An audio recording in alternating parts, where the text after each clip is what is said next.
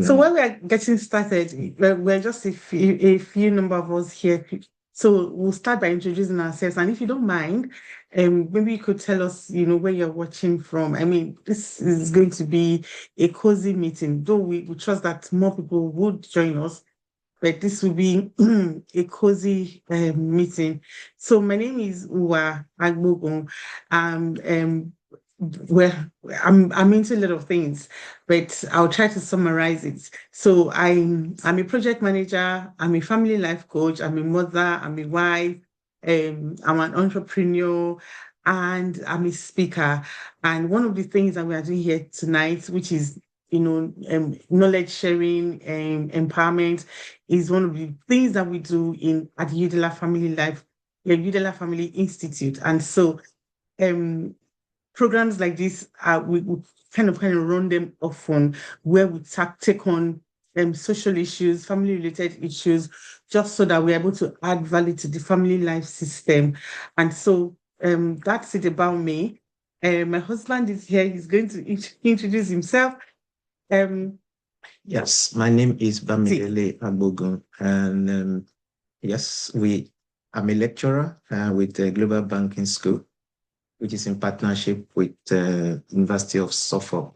I'm actually a senior lecturer, and that's my normal day job. And we do this as something that we are passionate about, knowing that family is the bedrock of any society. yeah. If we want a lasting legacy, then we should ensure that we do things that we can transfer down to our children so that our children can carry on the legacy and for them not to be a negative influence to their own future world. I think that's about that. And I think we should just hit straight. Thank you for holding on because this is like 7:26, which means we lost like 25 minutes. But let's move on. Yes. So we'll pull the slide up. No, you were supposed to tell us. Sorry, Sandra and Shidibere. If you don't mind, could you please tell us where you're logging on from? Can you repeat that, please? My daughter is screaming. Okay, so could you share with us where you are logging on from? You mean right now from Doncaster? Okay, you're in Okay, Doncaster. you're in Doncaster. Great. And how is the weather in Doncaster this evening? It's good, really good. Yes, same thing with Sheffield. So I'm planning to go out. Okay, great. Great. Chidibere, thank you so much for logging in. Where are you joining us from? Joining from Scarborough. Hi, Scarborough. Scarborough is okay. Nice, Weather is not too hot today. Yeah. Yes. Yeah. The weather is beautiful today. Yes, and thank you, Chidibere. And I will be seeing you in Scarborough in a few weeks' time. I have washed my eyes. Yes, I'm totally looking forward to that. So, Gabe, thank you so much for logging in. How are you doing? Would you mind telling us where you're joining us from, please?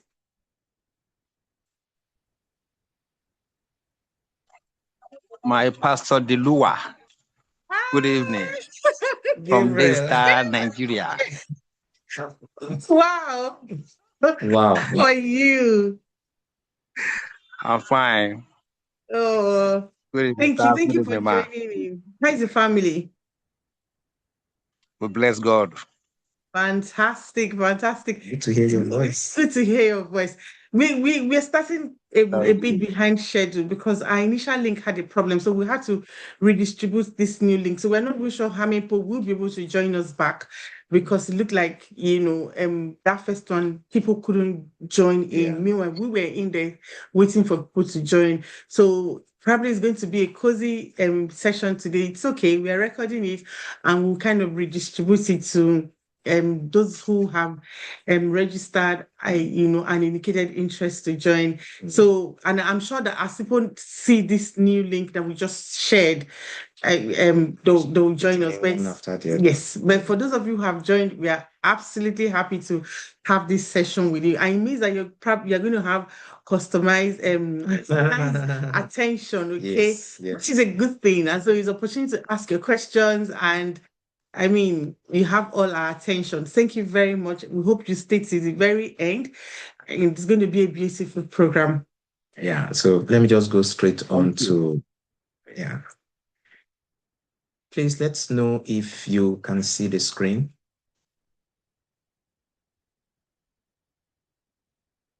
Can you see the screen we're sharing? Hello? Can someone just help confirm Yes. that? Okay, I think, okay, great. Thank you very much. So we are actually looking at this area, the power of parental presence, because going by the decades that we've been in the family life space, we've seen how critical this part is in the lives of our children and who they eventually become in life and their contribution to the society. And that's why we narrow the focus of that power of parental presence to shaping identity, helping them to know who they are, building their confidence, and also guiding them. Not that we are dictating, not that we are deciding for them, but guiding them in making future positive choices. And that is the reason why we're doing this. And because we know how critical this is, we decided that let's turn it into a webinar and let's have this conversation. Okay, yeah. And Okay.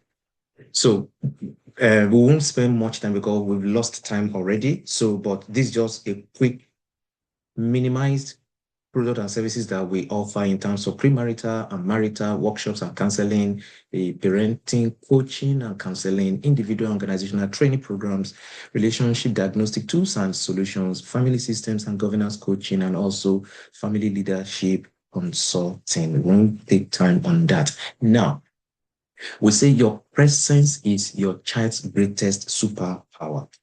Why do we say this? We've come across parents who have all the resources you can ever imagine in this world and can give their children the best experience you can ever imagine, whatever they need, wherever they want to, wherever they want to be, and at any given point in time. Then we're asking ourselves, as laudable and as great these aspects are, is that enough to actually turn them into a complete person or a wholesome person when they become an adult? That's why we say some parents work to provide for their children. Sometimes you don't even have all, but because your children are so precious, you subject yourself to a lot of things to making sure that you make that money to ensure that they don't go through the kind of challenging experiences that you went through while you are growing up. But for instance, we provide food, shelter, education, clothing, opportunities, and protection. These are all important, like I said, but however, one of the greatest gifts a child can receive from a parent is not just provision, but presence. Please, in your own opinion, if you can quickly, within a minute, just put it in the chat session. One word that comes to your mind when you hear the phrase parental presence.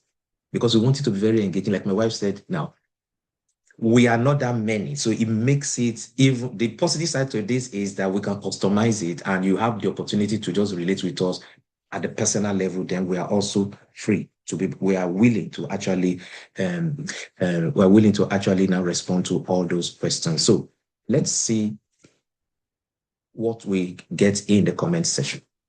In one word, what comes to your mind when Maybe it's more than one word. Or a phrase. Yes. Okay, because one word can make somebody to be thinking too hard. Yeah. Or if it's a phrase or a sentence. Yeah. So let's see.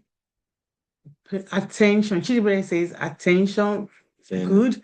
Gabriel says time. Yes. Sandra said time. Okay, Sandra says time. Yes. Gabriel said family values. Great. Chidibere. Parental attention. Yes. Correct. Thank you very, very much. Yes, Margaret Aderinto says balance. Balance. I love all your responses. Thank you for engaging. Yes, thank you for engaging. So I think let me just move on to the next one. I'll leave that to you. Okay. So thank you, everyone. So I'm going to pick up from here. So we are looking at the power of parental presence. And so in this context, we want to look at what a presence is. You've made my job easier because you've kind of touched on the different, context. So, but in this context, we're talking about being intentionally, and not just intentionally, you are consistently available to your child, okay? And not just physically, but also emotionally, mentally, and in every way. And that also includes how are you present to be a guide, to your child. Yeah. So earlier on today, I was trying to check the meaning of presence. And so I went to Chrome. We use AI a lot these days. So I said, okay, let me go to Chrome and just see some context, of presence. The first one talks about physical proximity. It talks about being in the same room. So myself and Dele now we're in the same room. That's physical presence. Yeah, we are here together. The other one talks about personal bearing, a person's dignified, impressive, or authoritative demeanor and aura. I'm sure you've seen where some people enter a room and the atmosphere of that room will just change because they've come in with their presence, the aura that they carry. All right. And then the next one here says visibility or existence, means that the fact that something or someone being present felt or established. Somehow you felt the presence of someone in your life before, even though the person may not be physically where you are, but you feel their presence. Yeah. So someone who probably gives you some form of solid advice or calls you and just say, you're not here with me, but it's as if you are here with me because this word you've given me, this advice you've given me, it is exactly what I need. Yeah. So no visibility or the feeling the existence of that person. And in the opposite dimension, someone can be close to you and you won't even feel their impact. You won't even know that they are there with you because they're not doing anything to help you. Okay. And then in terms of psychology, so presence refers to the psychological state of being fully focused on the here and now. Okay, so all of these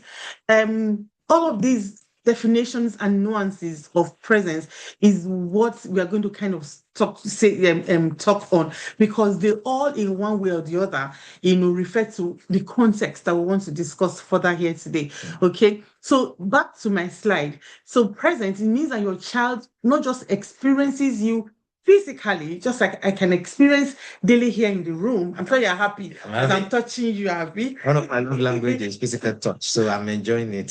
So it's not just, being physically present, but it also means that you make time for them, okay? Make time for them and participate in the things that are important to them.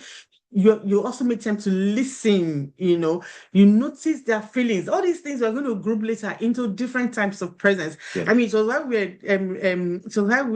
yes, Sandra, it's funny, right? He likes being touched all the time. So when you want to collect money from your husband, so his mouth is touched. Let me just be rubbing his head like this. I don't lose my concentration.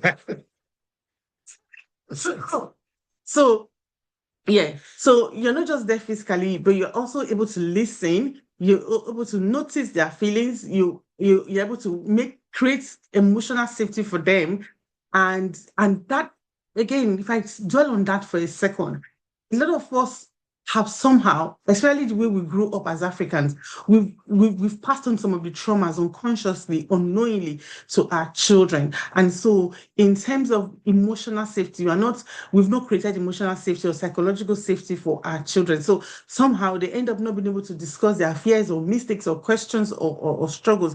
See, we have 3 grown children.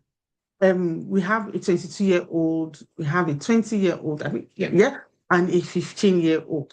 And we've told them that no matter the mistake, no matter the mess up you think you will mess up in this life, home is where you are safe. Home is where you would receive the biggest support. In fact, I know that our sons, who are practically adult now, won't do this, but we've gone as far as saying, God forbid you end up impregnating someone. I mean, which is, as a Christian mother, that's one of the worst things I can think of.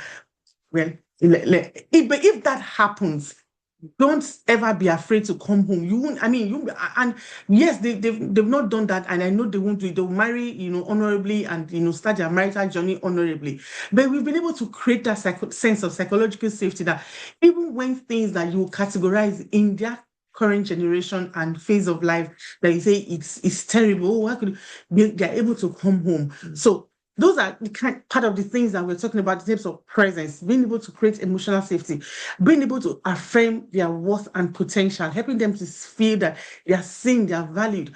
For a lot of us, remember when we were growing up, they'll say children are to be seen and not heard. In fact, that time, you cannot even open your mouth and talk where other elders are talking. But now we all know that it's very different. I mean, if I'm wrong, correct me in the comments. We said this is going to be an interactive session. Now your children can come to you, to say things. Unlike before, where before we talk before an adult, we'll be, scratching our head and be thinking how we're going to phrase it. And then the last one there says that presence also speaks to you being able to provide boundaries and guidance. And some people think that when us as parents provide boundaries, it looks like, oh, it's not love, we are being too strict. But boundaries is love in action, is love and protection in action. But let's go further so that we can. Yeah, before we move on to the next slide, I want to say that for some people who grew up from a culture where that is not applicable, especially you already have the expression right from childhood to adulthood. Yeah. We are saying that these are things that are happening out there. While we encourage that this happen, of course, we also don't encourage that it now go to the extreme where you are not bringing balance. Yeah. Somebody put there earlier talks about balance. Yes. And I think that's very important. Okay. So stop moving this thing, please. Can you just move it on? Okay. It was covering the earlier part. I was thinking it for you. Okay, thank you, sir. You're welcome. Don't worry, we banter a lot, so we're just so let's just quickly go through why does this conversation matters? Why I know this is something we talk about, but do we talk about it with the intentionality it deserves? And all of us, it's good to provide for your children, and it's also good to be there for your children. But do we talk about it with the intentionality and with a solution mindset that it deserves? Okay. So now let's look at why this conversation matters in a very intentional way.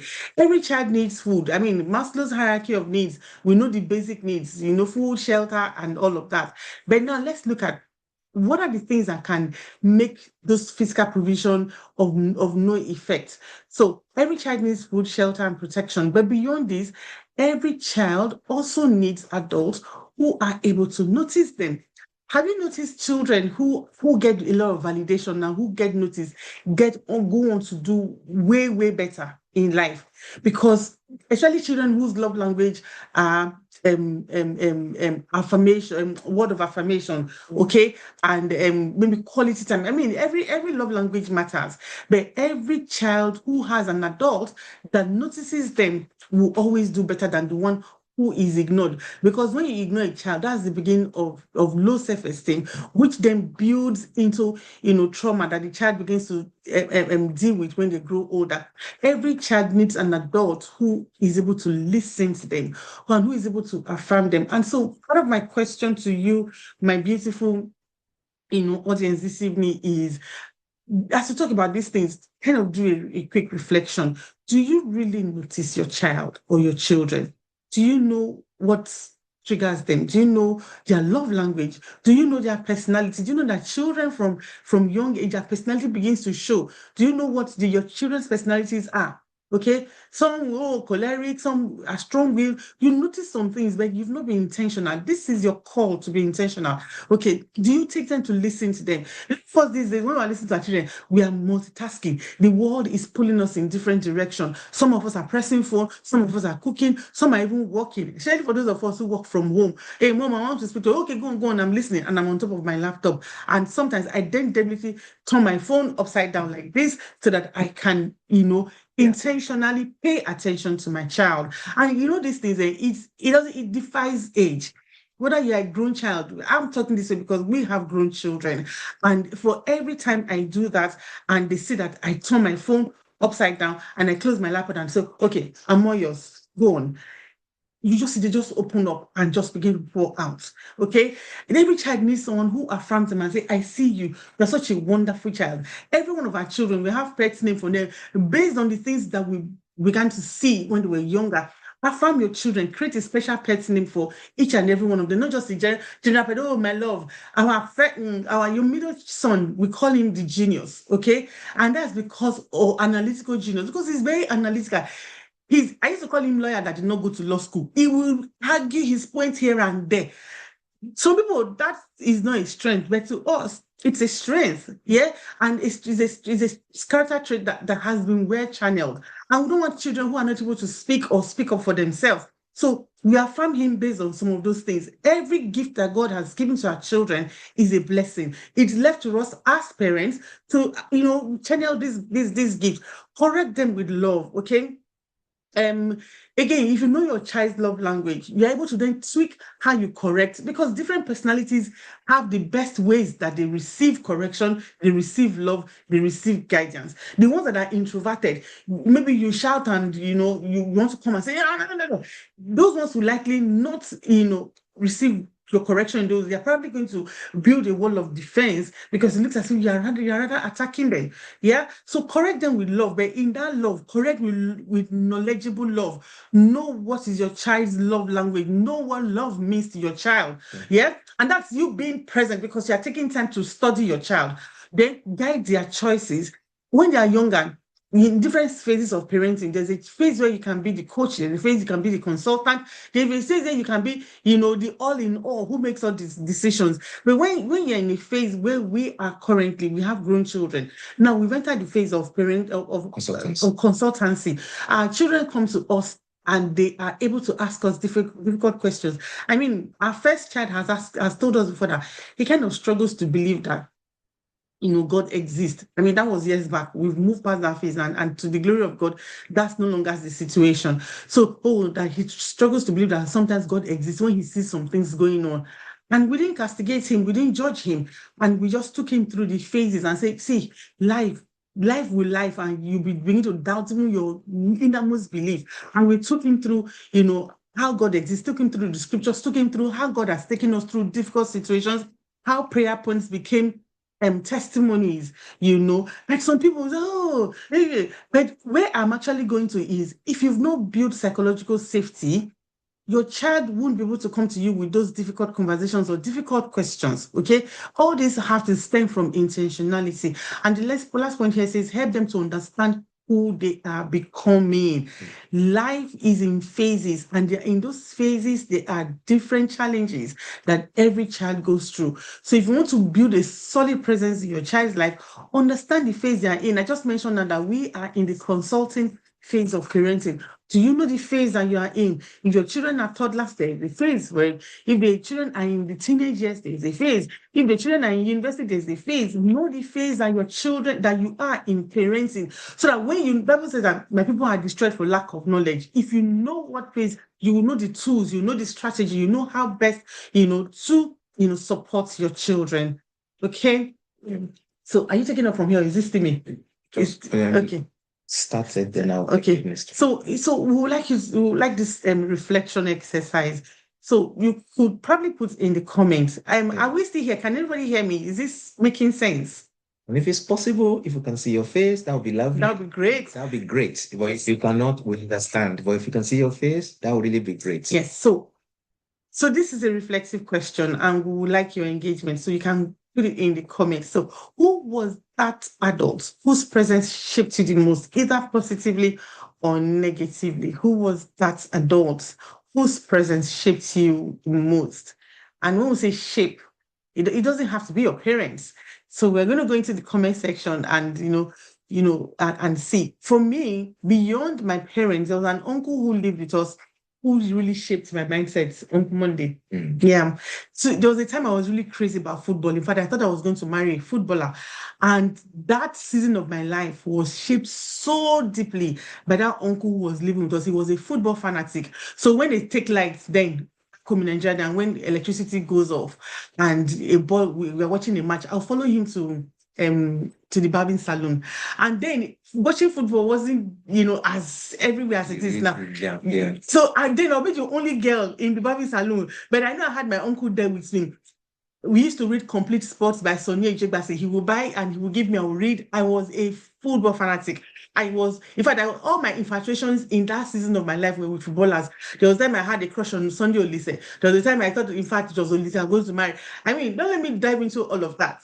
But let's look at what you are beautiful. Margaret says, my dad, great. Helen Chukukeze, I'm here. I'm here. Thank you, Okay. Helen. Thank you so much for joining. My dad, fantastic. And my auntie, God bless them. Yeah, were these in the positive or in the negative? I want to really negative. Chidibere says, my dad, great.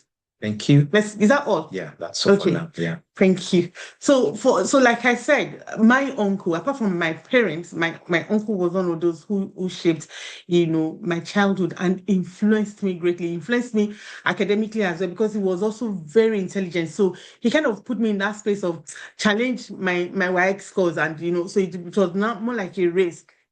So you can see from this exercise that it's not only your parents who give birth to you that shape who you become. Okay. If I may even share, I know I love mathematics growing up from secondary school because I had one teacher that made it very, very interesting. Yeah. That motivated me, made me to go the extra mile. And ever since, it's like an airplane trying to take off. It maintained a cruise, an altitude. Until you get to a particular altitude or height, it starts gliding and just running. So that teacher motivated me to that point where I now just love mathematics. And that was what helped me to remain consistent. And I ended up studying electrical engineering in my first degree. Another one has to do with my dad. He happens to be a disciplinarian and he's late now, bless memory. He's a disciplinarian. He was a disciplinarian, and it shaped me to become somebody that is disciplined, somebody that is forthright, that if I put my hands on something, I will get it done. Yeah. Now, there are other parts that are negative because when you are beaten so much and they don't know, and for every mistake you make and you are beaten, over time, at the end of the day, you will remember all the times you are beaten and the good things you've done. They didn't really celebrate that. So that can impact in a negative way by making such a person have negative, low self-esteem of themselves. And I am a living example of that. So it all depends on. But you've overcome that. That's in the past. Yeah. Yes. Thank you for that correction. That was in the past. Yes. Now let's move on because of our time. Now we want to look at the 6 dimensions of presence here. She touched on it earlier when she was having her own conversation. The first part has to do with the physical presence. The physical presence. And I think you even touched a great deal on this. We're talking about being available. Now, not just presence, but accessible. She used the phone bit at some point. She became accessible when she gave an example and said, you know what, she just carried the phone and turned it down. So you are now paying attention and you are giving that child that attention. Now, we might be talking within the context of the children, or as husband and wife, or as somebody who is in a relationship with your partner. Yeah. These are also applicable because they are more like principles. The second part is the emotional presence. Emotional presence. In terms of emotional presence, how well are you listening? And how well are you noticing things? How well are you listening and how well are you noticing things? So it's important that we really pay attention to that. Now, let me just give one. No, I think I will leave that for now. I will leave that for now. But the important thing is, when we are saying somebody is emotionally aware, or you say something to somebody, you need to have an emotional intelligence, is that ability to live your own worldview and being present in another person's worldview and understand that person from that perspective. Sometimes we make that mistake. Some of us, even we ourselves, we made that mistake while we just started parenting. We put standards for our children and we are not emotionally aware Mm. that the standard we are giving them, we are measuring them to our standard instead of understanding that they are not yet there, and therefore they don't have the ability to be able to see that. So when I am there, how well do they feel my presence? And it's still tied to listening and also tied to, when they are cutting, and especially if you have a child that has a personality of being introverted, not talking easily like that, or not speaking up easily, because we have one of them, he keeps things to himself. How well have you noticed that? And how emotionally aware do you know that you can prompt that child to get that child to speak? So beyond listening, are you noticing feelings? And these are things you cannot physically use your hand to say, point to that. Oh, this is what's happening. This is what's happening. You have to not only be present, accessible. It's when you are accessible that you have the opportunity to even notice things. Exactly. Because sometimes even I'm guilty of that from time to time, but that was a long time ago. But once in a while, I still catch myself in the act. When I come back and I'm so tired, and our children require attention. It at any given point in time, as tired as I will be, I will make sure that I make out time. And I said, the job cannot take the role of my family from me, and therefore that would never be a distraction. And therefore, when we are home and we're emotionally aware so that we can notice things. Then verbal presence. How well are you affirming? How well are you guiding? And how well are you correcting? Now, these are verbal presence because they will know whether you're actually present or you are not present, because they will ask some things, they'll ask some questions, and the way you respond will communicate to them whether you're actually listening or not, because they want to know whether are you even feeling the things that I am feeling. Do you understand what I am going through? And let me confess here, my wife does that more than myself, but I'm trying to catch up with her, whereby she has a way of prompting them and getting into their mind. And at the end of the day, they end up speaking. Now, she mentioned something earlier, safety, emotional safety. What kind of environment have you created for them? Is it a toxic environment? Is it an environment where they have that fear without the freedom to express themselves? If that is the case, it will be difficult to be able to get this. But in terms of verbal here now, we need to constantly give them positive affirmation. We need to constantly saying it and guiding them, and also correcting them in a constructive and also in a positive and loving way. So take the fourth one. Thank you. So the fourth one is moral presence, and that generally speaks to the morality of how you live your life, how you model the values you profess. A lot of us we think that just do as I say and not as I do. But we know that life is usually not like that, because you were once a child, and I'm sure some of us can remember how we began to imitate and pick up things that we saw older people do, but what people around us. So for me, I was sharing with my brother this week how it was just interesting how at some point in time I began to realize that I picked a lot of things from my home. I mean, my own, from my own family, that I then moved into the family I formed with Bamidele. So, for example, when I was growing up, my dad is a Bini man. I'm a Bini girl from Edo State, Nigeria, and pounded yam is one of signature meals. And so when I was still with my parents, minimum once a week, my dad must eat pounded yam, minimum. And it's not the pound, it's not you pound with mortar. I mean, for people can relate with me. Remember those days? Yes, it's not you pound with mortar. And so unconsciously, I kind of just took all these things into my own marital home. So once a week, I also borrowed that once a week, we must eat pounded yam, forgetting that my husband's exposure, upbringing, and all of the experiences he went through in life is not the same thing with my father. And then until my husband called me one day and said he doesn't feel comfortable eating pounded yam. He said he feels guilty because he feels I suffer too much. Can I, because I want to eat one meal, I'll not be sweating, I'll not be pounding. And he said he doesn't feel comfortable eating pounded yam. Does he like pounded yam? Yes. But anytime I cook it, he said he eats it with guilty conscience because he wasn't the one pounding it. That was the one pounding it. I, as a beginning, I've been trained to pound yam. But those things where I just thought, oh, yes, men love pounded yam. That's how I grew up. And unconsciously, I just, took it into my marriage. So those speaks to modeling, moral presence. And that in itself is not a character issue. But I just use that as an illustration to see that children pick things from, us as adults, so you model the values that you want them to see. So the kind of a moral presence you want your children to carry is what you should also model. If not, don't be surprised that they are doing certain things and you'll be wondering, oh, how did this come about? They picked from us, as adults. Yeah. So model the values and the character you want these children to pick. Yeah. Then guiding presence, and that speaks to how do we help our children to make wise choices.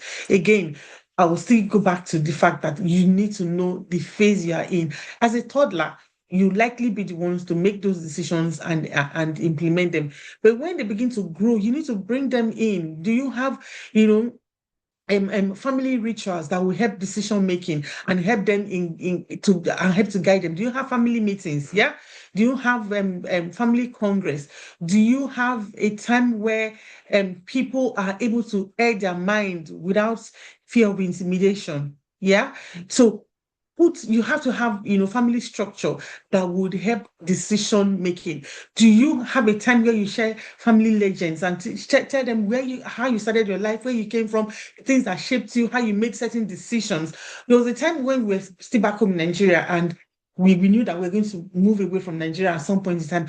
Our children were involved to the extent that their brain could handle, because again, it's not everything that our children can handle. So you also have to be intentional to know at what age or at what level of maturity can my child handle certain level of information. So, but we knew that the ages they knew what was going on, and they could handle it. So these things were brought, as part of and prayer points during family devotion. We talked about them during family meetings. We painted the picture and we asked for their input. So do you ask for their input? Does your children even know the stages of decision making? They are not too young. Break them down to the level that they can understand. Okay. So for example, if you want your child not to be late, it's a decision. And at some point it becomes an unconscious decision. So you model it and say, so if I'm not going to, if I want to get to work early and you need to get to school early, it means we have to wake up at a certain time.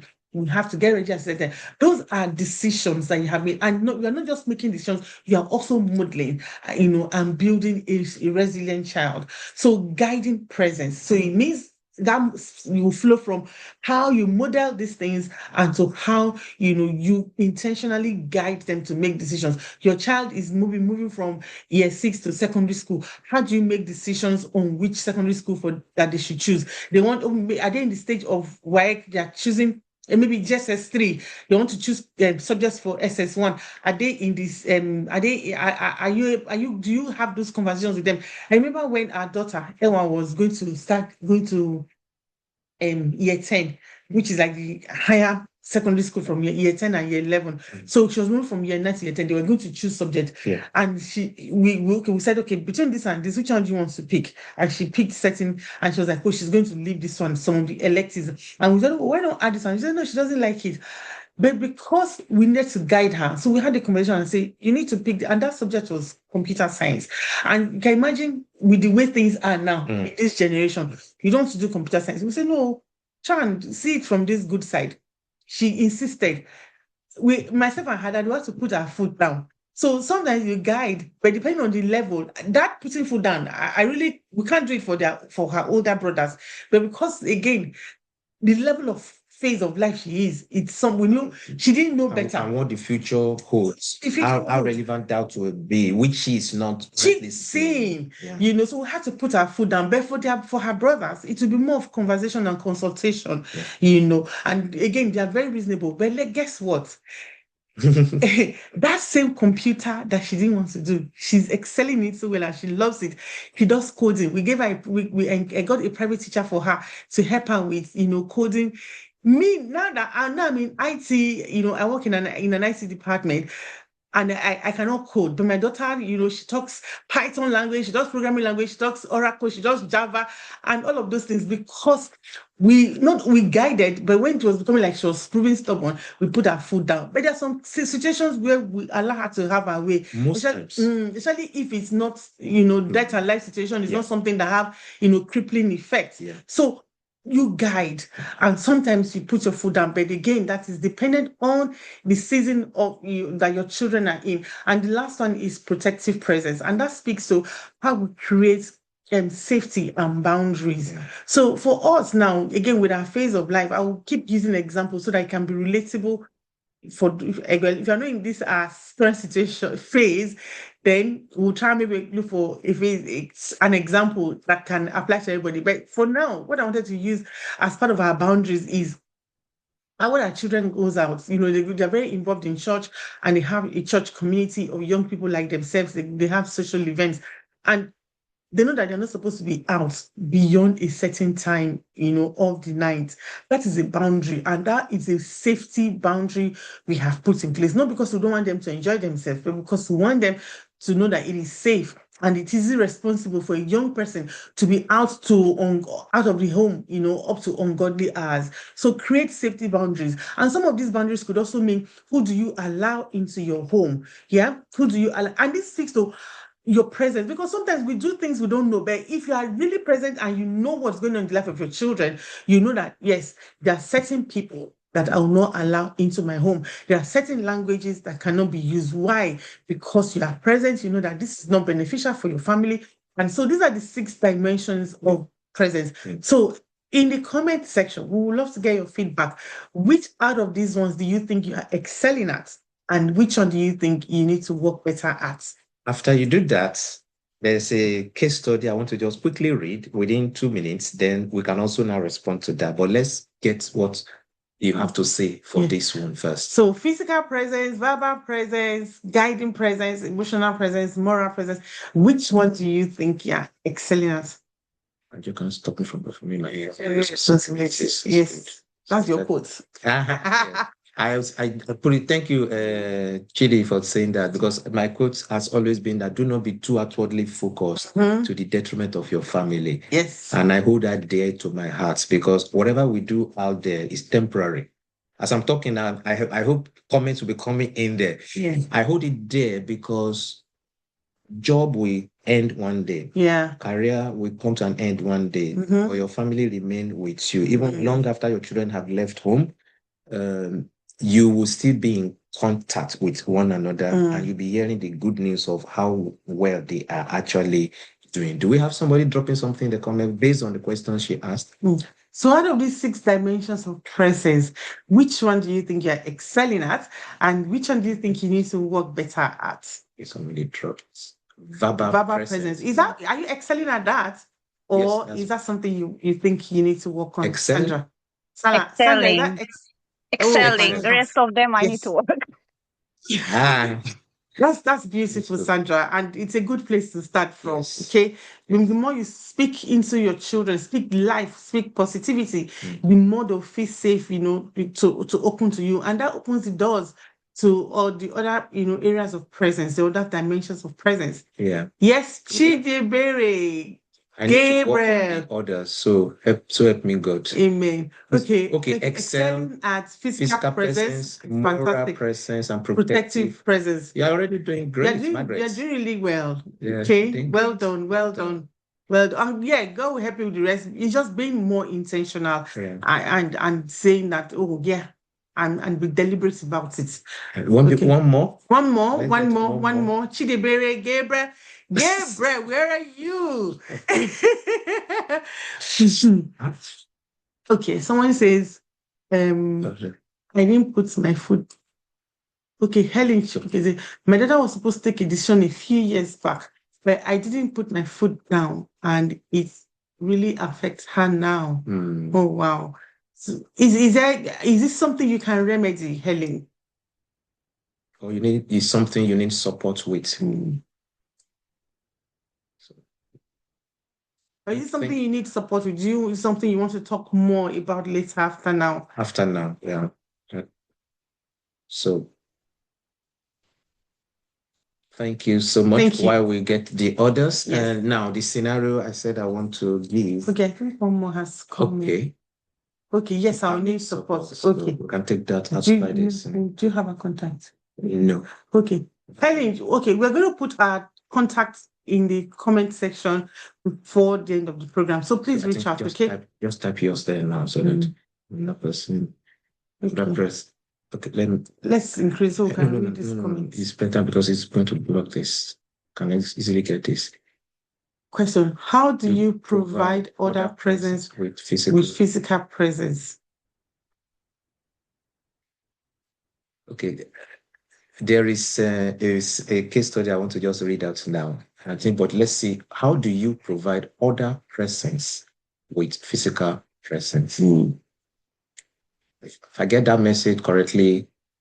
I just want to increase it. Go on, you can keep talking. You can just put that, we'll minimize it afterwards. Okay. Yeah. I meant without physical presence. Oh, okay. Because it was a bit confusing. Now, how do you provide other presence with physical presence? Without physical presence. Without physical presence.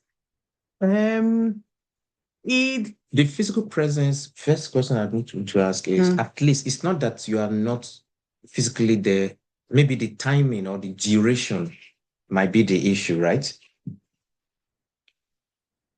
They may not be in the same country, you know.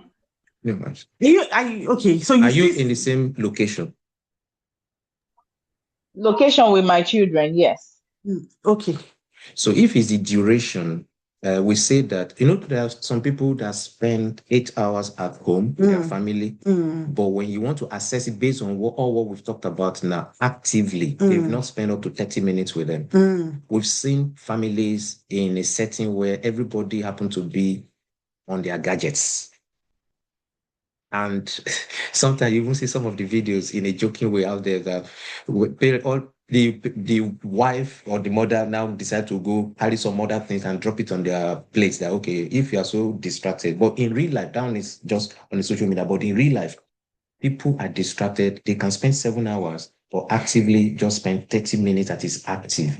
Now, some people spend 1 hour, but that 1 hour is a better quality time spent than somebody who actually have more hours with them. So, and one thing also is you need to look at it that there should be a phase to it, because despite that is very short, we don't encourage that it remains short consistently and for a very, very long time until they become an adult and they leave the home. So there must be an avenue, but we can take this further. So because there are other areas there are questions we might need to ask, and that might take the remaining time that we have now. But the truth is the quality of time you spend with them that is very critical compared to how long you are with them, but not making it a quality time with them. Yeah. And if I can quickly add, you know, I mentioned earlier about knowing your child's love language. Sometimes we parents, we buy gifts, you know, because that's the most easily accessible thing for us to do. So, but you realize that some other child's love language is not gift. So if you keep speaking the language of gift, it may be just you speaking and the person is not understanding. I always use it. I won't connect. I always use the example of the Tower of Babel, where people speaking different languages, but there was no productivity because they could not understand, you know, themselves. So if your child's love language is not gift and you keep buying gift, then you're not speaking that child's love language. So one of the things I would suggest, for this question is, get to know what is your children's primary love language, so that even with the limited time you have, if you're able to speak their language, some of them could be, words of affirmation. Some of them could be physical touch. Like our daughter, she likes physical touch like her dad, so she's always hugging. So those such children like that, hug should not be fine. You see them, oh, how are you? How are you doing? You know, sometimes she comes to lie on her dad's chest. You know, sometimes she holds hand. Maybe when you're walking, she wants to hold your hand. Find out what they like. Those things communicate that you are loved, you are seen, I'm here for you. And it may not be for long, but the more you speak their language, the more, they will open up to you. And the other areas, would, open up as well. So for something like moral presence, that's you modeling. Let your word be your bond. That's you modeling the values you want your children to imbibe. And then for guiding presence, that will stem from how close are you to them, so much so that they're able to open up and ask you questions, and you're able to guide them to make meaningful decisions. Then protective presence, that will be you as a parent, just making sure that they feel safe, and you keep communicating. Sometimes you may not even be in the same country with them. I remember when I was the only one here in England, and my family were still in Nigeria then before they joined me. We still used to do devotion via Zoom. We used to watch movies on our Netflix. We say, okay, we're going to watch this movie. So we press start at the same time. I mean, there are innovative ways that you can go about a lot of these things. We still used to have family meetings then together, despite the fact that we're not in the same place locally. Sometimes influence transcends physical presence. Yes. So I would say that there are a whole lot you can do, except there's something fundamentally wrong that needs to be dealt with. But if it's not just, maybe trying being innovative, that can be dealt with. Okay. We'll put our contacts, we can have a conversation and just share some innovative tips with you. Okay. Right. So Gabriel said excelling at moral presence, protective presence, and physical presence. But I need to improve on the verbal and emotional presence. Thank you for everybody being vulnerable. Thank you so much. We don't have it all. We don't have it all, including us. Yes. We are all working in progress. Yes. Working towards improving ourselves. Sometimes, Gabriel, one of the things that also happens, especially with African men, is they were not raised with the gift and ability to express their emotions. So sometimes you need to deliberately now break beyond the mold, beyond your own programming as to how you were raised, and how your parents showed emotions to you. In psychology, there's something called attachment style. So some of us, we show love and nurture relationship based on our attachment style. And attachment style speaks to how we were how we bonded and how we are nurtured by our primary caregiver. So if you grew up with a parent who never expressed love and who you only just showed it by provision, you will likely end up carrying that in. So again, there are deeper conversations to all of these things, which we are very happy to. Hey, Joan, I see you. Which are very happy. What have I missed? Yeah, which we are very happy to carry on. Yeah. So also John joke in guiding presence, fantastic. Yes, secure, disorganized, or anxious attachment. Exactly. Yeah. Yes. Thank you very much. Thank you. So a quick one. And please listen. This is like a case study scenario. I'll be quick with it because I know we didn't start on time and the time is fast spent. It's tagged a difficult evening at home. A difficult evening at home. This is hypothetical. So if I call a name, maybe from this call or somebody watching this after now, we're not targeting anybody. They are just a made-up name, even though it might be a name of somebody. So please, disclaimer ahead of time. Now, a 16-year-old Leah arrives home later than the agreed time. Her parent first checks that she is safe. That's the first thing, safe, and invites her to explain what happened. The parent listens without immediately interrupting. And after listening, the parent says, "You are loved, but coming home late without contacting us is not safe." They discuss honesty, responsibility, and respect. A temporary boundary was introduced, and Leah is now helped to plan how she will handle a similar situation in the future. Now, question: what dimension was most visible in the scenario? Oh, no, let me change the question. Okay. How many of the dimensions were used in this particular case study? Because of time, because we won't be able to do, let me just take that, just that one. Yes. How many of the dimensions were used? Is it physical presence? Is it verbal presence, moral, protective, emotional, or guiding presence? Or a combination of all? I mean, combination of a few, or a combination of all? Oh, yeah. Let's hear. Sandra says all. Sandra is all. Okay, thank you. We'll know whether you are winning. Okay, protective. Okay. Yeah. All. Joan said all. Yes. Any more? Maybe one more, then we'll move on. guiding. Okay. Thank you very much. Chidibere says 5, 2, 4, and 6. Okay. Strategy Hope says all. Okay, so let the drum roll. Let's see who win this thing now. And the answer is all.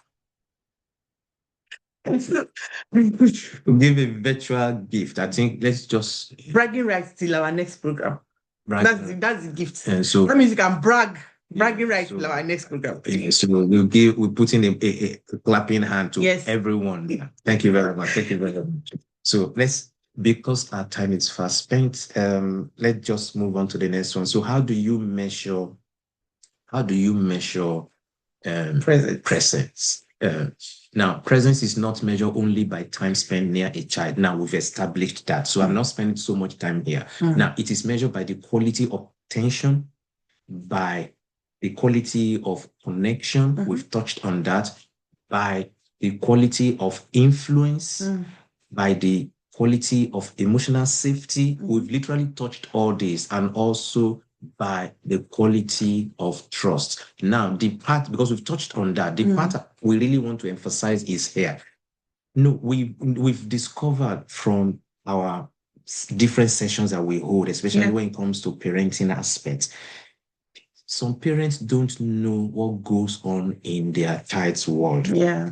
And we want to say it here. It's not limited to the 4 points stated here, the question going on in their mind. It is a lot more, depending on the phase they are at that point in time, or what they are going through. Now, a child is constantly asking, consciously or unconsciously, am I loved? And how you treat that child, the child will now use that to interpret that I am not loved. Oh, I'm loved. Or I'm loved. If it's I am not loved, then there's more damage being done to the psychological state of that child. Yeah. The child is asking constantly, either consciously or unconsciously, depending on the age that they are in, am I enough? Esteem issue comes here if it is negative.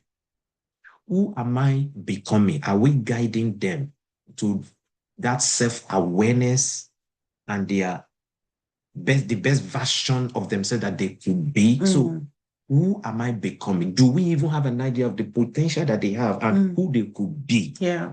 Then what choices should I make? We are at the point now at the consultant level where the two boys are the adults. Consultant, it is about now clarifying things with us. They want to make their own informed decisions, but they will come and check. Am I making the right one? Yeah. We are not putting it in their mind. They are the one coming, that we are now guiding them in making that informed decision. Now, parents, guardian, mentors impact on either a parent or a guardian or a mentor, the impact this have on children. So we need to know that parents or guardian or mentors, we actually play a powerful role in shaping our child's identity. That is very critical. In terms of identity, in terms of confidence, in terms of emotional well-being, values, and future direction, their presence helps them feel seen, feel supported, feel protected, and feel guided. Yeah. Now, at the younger age, I need to bring this balance with at the younger age, because they didn't know better. They will want to oppose some of the things that you're trying to tell them because they cannot see the future. Just like what my wife said earlier, that we have to put our foot down on one of those things. But we do it not frequently, but when we know that it's for the good of the person at the end of the day, because we don't interfere in what they want to become. They will choose what they want to become. Now, in terms of career. Now, at that young age, sometimes we say, their presence helps children to feel seen. They might not see that they are being seen by the virtue of how you approached it, but when you know that you are not destroying their esteem, you know that you are not stifling the environment, the safety of the environment where they are still able to freely express themselves. What they don't understand now, when they become an adult later, they get to understand why you did what you did then. This is supposed to be my slide, actually. What? Okay, let me just touch on that then. So did you know it was my slides? Don't worry, we're banned. We've started bantering. It's supposed to be my slide, actually. All right. Okay, I'll bill you for it. Continue. So, but at a later age, they realize what you did in the earlier years that it's actually for their own good. And we hear those statements from boys now. And they are the one even now telling their sister that, you know what, this thing is for your good at the end of the day. And we were getting loads and loads of feedback about the boys and how they are doing outside. We are not saying this to say that we are perfect. We are not perfect all the same, but we're just grateful to God that they've turned out well. But because there are some fundamental things that we choose to put our foot down on and ensure that those values are actually entrenched. So I am sorry. So you already said it. So he just talked on the kind of impact that parents and guardians and mentors, have on children. And so I'll just go through the list. We as adults, we are the ones who will help children understand who they are, what their identity is, helping them to build their confidence and emotional security. I remember when we just had our children then, I noticed something. So when I just had my babies then, and when they are sucking and I'm nurturing them and they're breastfeeding, some people say, go away, if you like food too much. I banned those things. I said nobody was going to speak any negative word on my children. One of our first son had always been plumpy like me, and he would say, hey, Orobo, this Orobo means Orobo in Nigeria means, is a Nigerian street parlance. That means, somebody who is, on the big side, who is well endowed. And I said, because we as adults, what we speak into our children's life, we speak into their hearts, speak into their minds, comes out in their lives. So, and I didn't want anybody to kind of, destroy their confidence and body shame them, and we've built emotional security. We made them feel they were loved. We made them know they were wanted. We made them know that they were answered prayers. And so it builds emotional security because they know that they're not just children who came by mistake. Some parents actually go as far as telling their children that, I never planned to have you. In fact, we've stopped having children. We won't give birth to your brother. You are a mistake. It just came as a mistake. You are a Jara, you are. Oh my God. And they don't know the impact such words have on them. Those children continue to grow up thinking, I was never even wanted anyway. I was a mistake anyway. So why should I even make effort?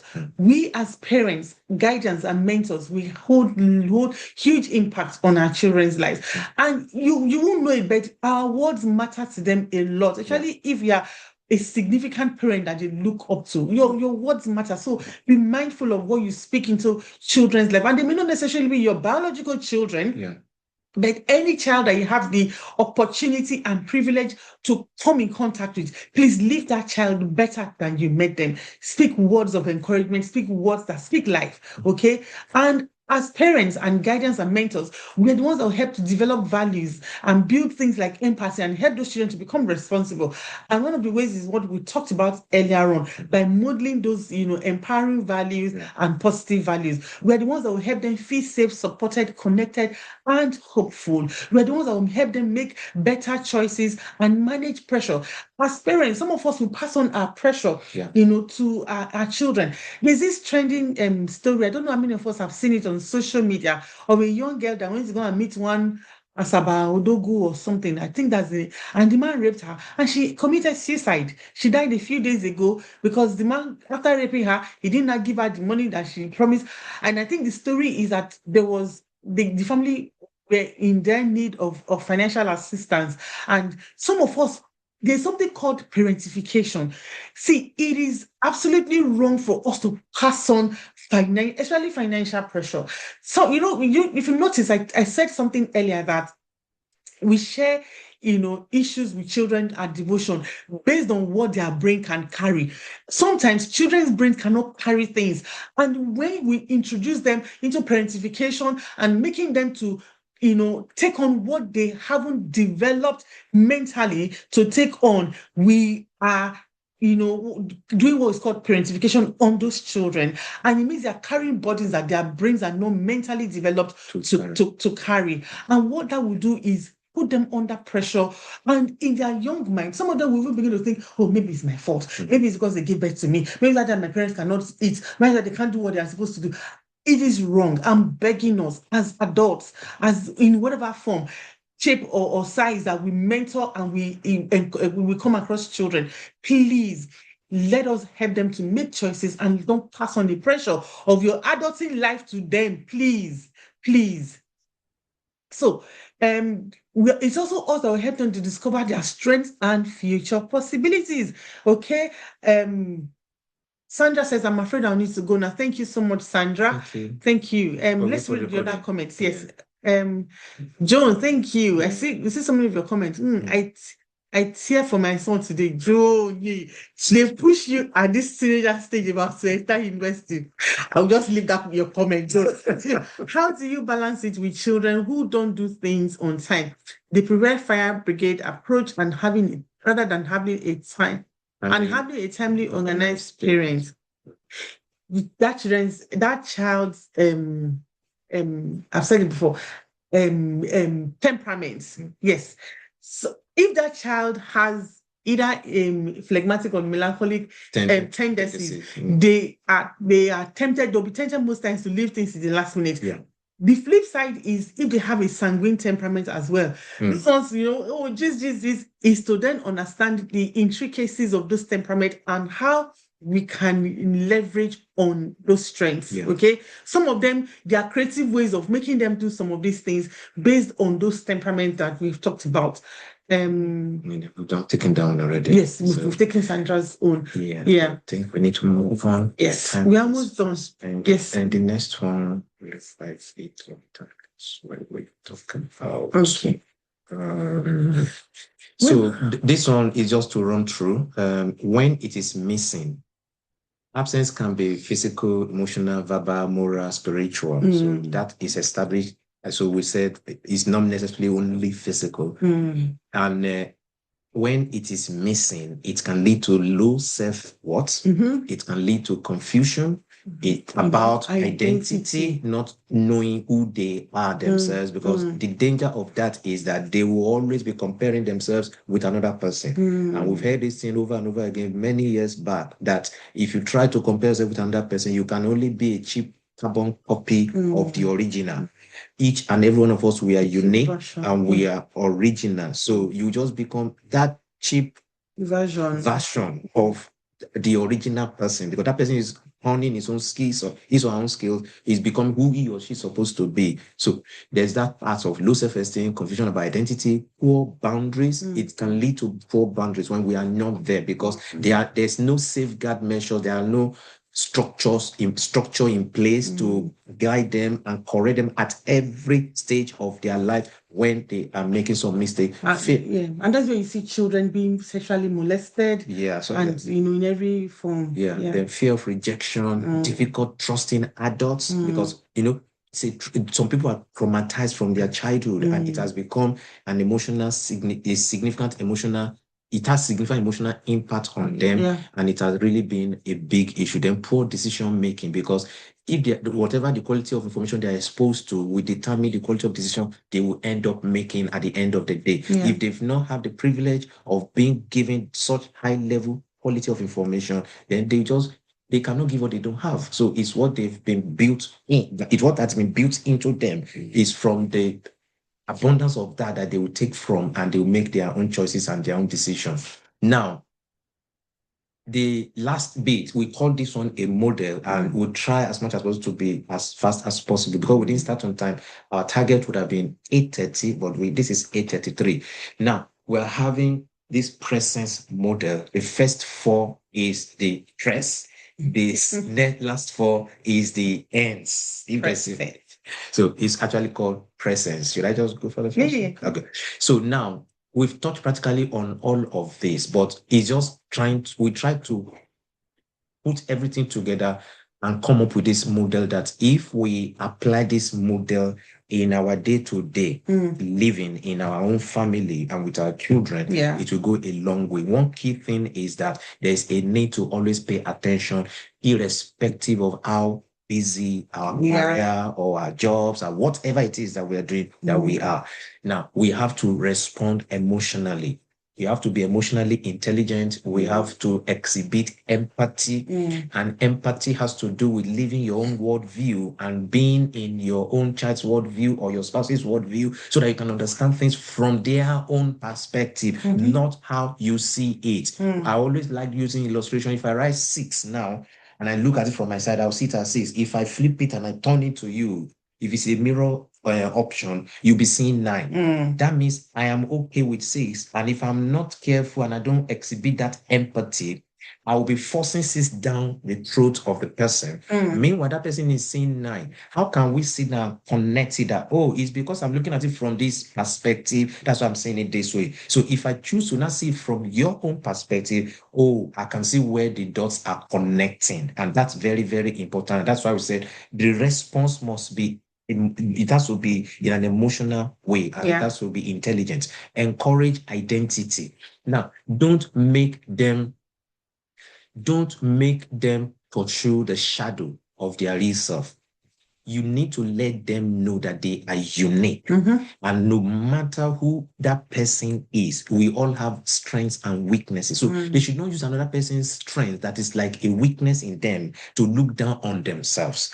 We all have strengths and weaknesses. They should look inward and identify their own core competence, and fan that out into flame, and they can optimize that and become the best version of themselves. So we have to encourage them. If we are not paying attention, we won't know. If we are not connected, we won't know. And therefore, that is why we have to set loving boundaries, because for them to be that big picture that we have seen of them based on the direction they are headed, then they have to be disciplined in achieving that. And if they are not disciplined and at their stage now, there are a lot of distractions that comes to them. And we need to let them know that you have to pay now in order to be able to play later.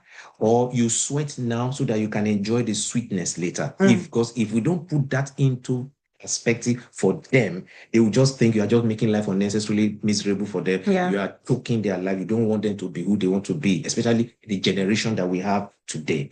Thank you. So I'll just quickly run through the ends, which is the first one is engage in their world. Okay. Influence is best carried out where there's proximity.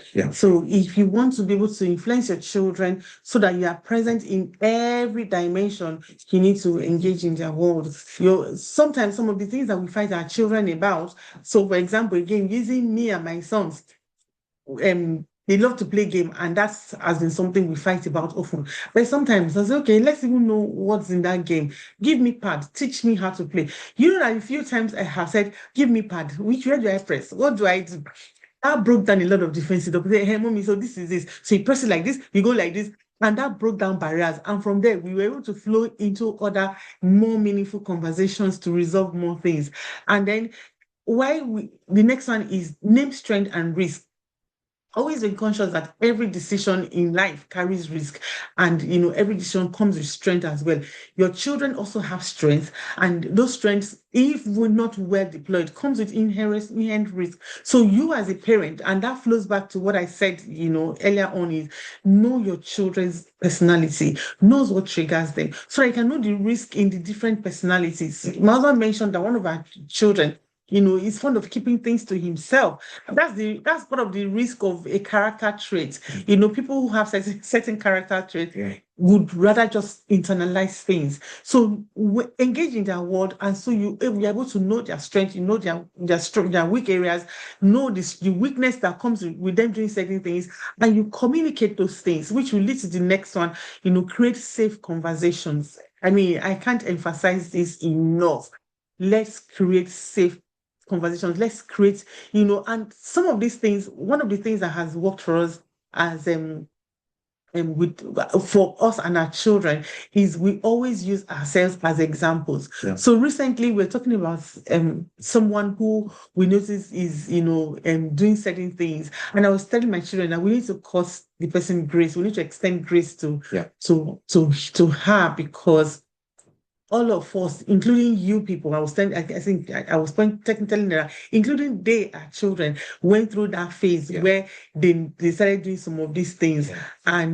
But it was parenting, us being very present parents that helped them to grow out of it. We disciplined them out of it, and they grew out of, those unwholesome habits. But some of those things also we're able to do because we're able to create safe conversations, and they will be able to tell us things that you literally will not tell, an average African parent. Now they come to us and say, you guys, you don't even act like the typical African parents anymore. Your parenting have evolved. They keep saying that every time. In fact, the sister said it, I think yesterday or today, that your parenting have really evolved. And so they're safer to bring issues our way. I mean, in my home, issues about, oh, I like this boy, I like this girl, infatuation and all these things, they are normal conversations. Issues about sex, they are normal conversations. Issues about, oh, I don't know, sometimes I don't know if God really exists. They're normal conversations because we've created safe spaces where they're able to bring those doubts in their heart. I rather they bring them to us, their parents. We're able to guide them rather than to go and look for solutions outside. Then the last bit is empower future choices. Empower your children so that they can make, fantastic decisions that will give you and the society peace. We don't want to raise children that be a menace to our society. So empower them, teach them, process of decision making, teach them consequences of action. Let them know that every action comes with a consequence, and it is whether whatever you take. That's if you take a decision today, you just be best prepared to embrace the follow-on consequence of that decision. So empower them, let them be educated, expose them to good mentors, and take them on vacation, ensure that they are robust individuals, so that when they are making future decisions, they are making from an empowered, exposed mind, not a closed mind. A lot of us, we've not left our villages, we've not left our towns, we've not left our cities. Let them be exposed, let them read books, let them meet people, let them know, how diversity is a beauty, so that they consider people, let them teach them the kind of values you want them to express and manifest as they grow up, so that they will go into the world becoming, those beautiful ambassadors that you can absolutely be proud of.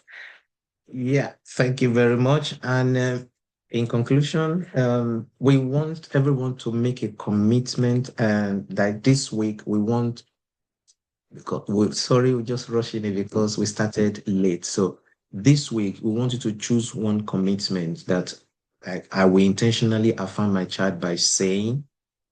You can have that is a fill in the gap, and this is personalized, and you are not posting anything in the chats group. So this is personal to you. I will strengthen emotional connection by filling the gap. I will create stability by, then I will help a young person think about their future by, I will practice presence by. So it's so important that we really pay attention to this. And we say that sometimes what changes a child's life is not a perfect adult, but actually a present one. And we want to also add this, that we are all not perfect. We are all improving. We are like work in progress, working towards becoming a better version of ourselves. And we want to leave room for our time is fast spent, but we want to leave room for question and answer. But before then, we want to just know that we'll be holding another one from like 2 months from now, and it's going to be on the 19th of September. We call it Holding It Together. With what we've seen, it is important that families are rebuilding their connection in times that we find ourselves today.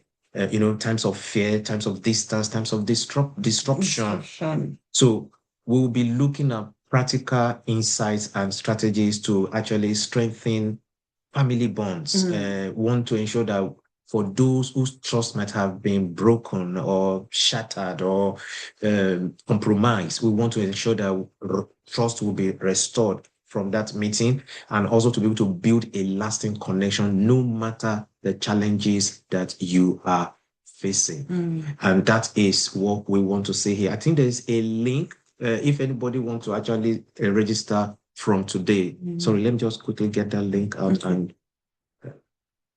I need to. So I'll take the link and just copy there. If you can't do the registration now, because this one definitely will require the registration, not like the one that we shared the link. This is just us, right? Yes. I'll get it now. Just give me a moment. Thank you. Passed it. So let me just get it. Just click on the link. No, I want to copy the link and send. Can you just copy that link? No, she's doing something she's better at, so I have yielded control. That's the problem. That's not the problem. Okay, what was the problem? Okay, I pressed something that's... Yes. Yes. So let's go to Zoom. Can you still see our screen, please? I hope you're not seeing... How do I reduce this one? Let's take this back to full. We need to get this back to full. Okay. And that's get that one back to yes, so that's it here.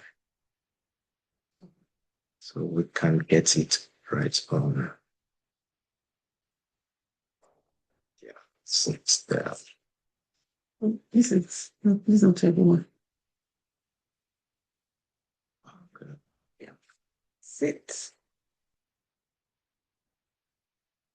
Oh, great. So thank you. Hope Hope has. Thank you very much. Thank you. And so that is it for tonight. Yes. And we want to say a big thank you very much. Do we have a question? Time for one question, one or two questions. I know it's been an engaging session and we're really grateful. Thank you. But if you have one or two questions that you think we can quickly take, we can take that. And then we can call it a day. But in the meantime, is it okay if we put on our videos a bit? So just say thank you to everyone. Quick video. And for staying through. And for staying through, exactly. Despite the technical hitch that we had initially. Thank you so much, everyone. Can you still hear us? It looks like. Yeah, I think so. Joan, are you still here? Florence, Mabel. Yes, we can hear you and we can see you. That's FBI is Femi.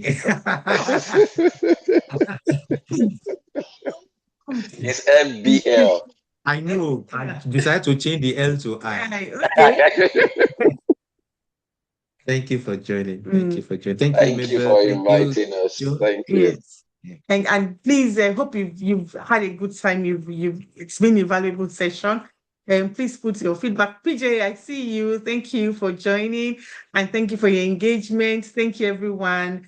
If you can quickly put a quick feedback, what has been something you've learned today? Yes. Or what stood out? Or what stood out, for you.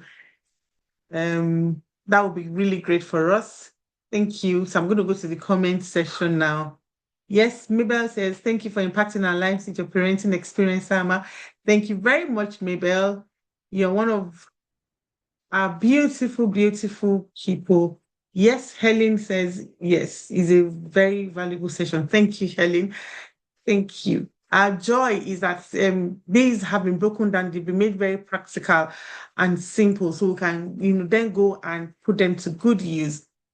I just wish more parents turn up on these sessions. Yes, yeah, that's it, Mabel.